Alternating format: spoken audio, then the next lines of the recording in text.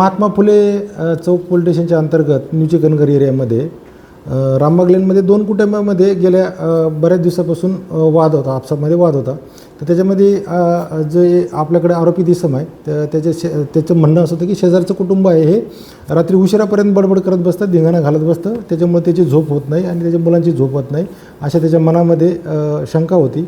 आणि त्यामुळे त्याने आज त्याबद्दल विचारणा करण्यास गेला असता तर त्या ठिकाणी दोन्ही कुटुंबात वाद होऊन त्याच्यामध्ये 4 इसम हे जखमी झालेले आहेत. तर त्यांच्यावरती औषधोपचार चालू झालेत व त्यांची प्रकृती स्थिर आहे.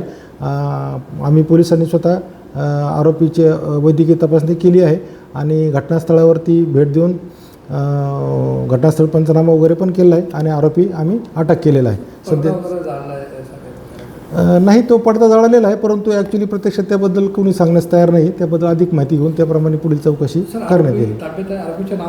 हो, आरोपी अटक आहे आणि आरोपीचं नाव चेतन मधुकर मांदळे म्हणून आहे. तर ते पुढील तपास आम्ही त्या अनुषंगाने करत आहोत.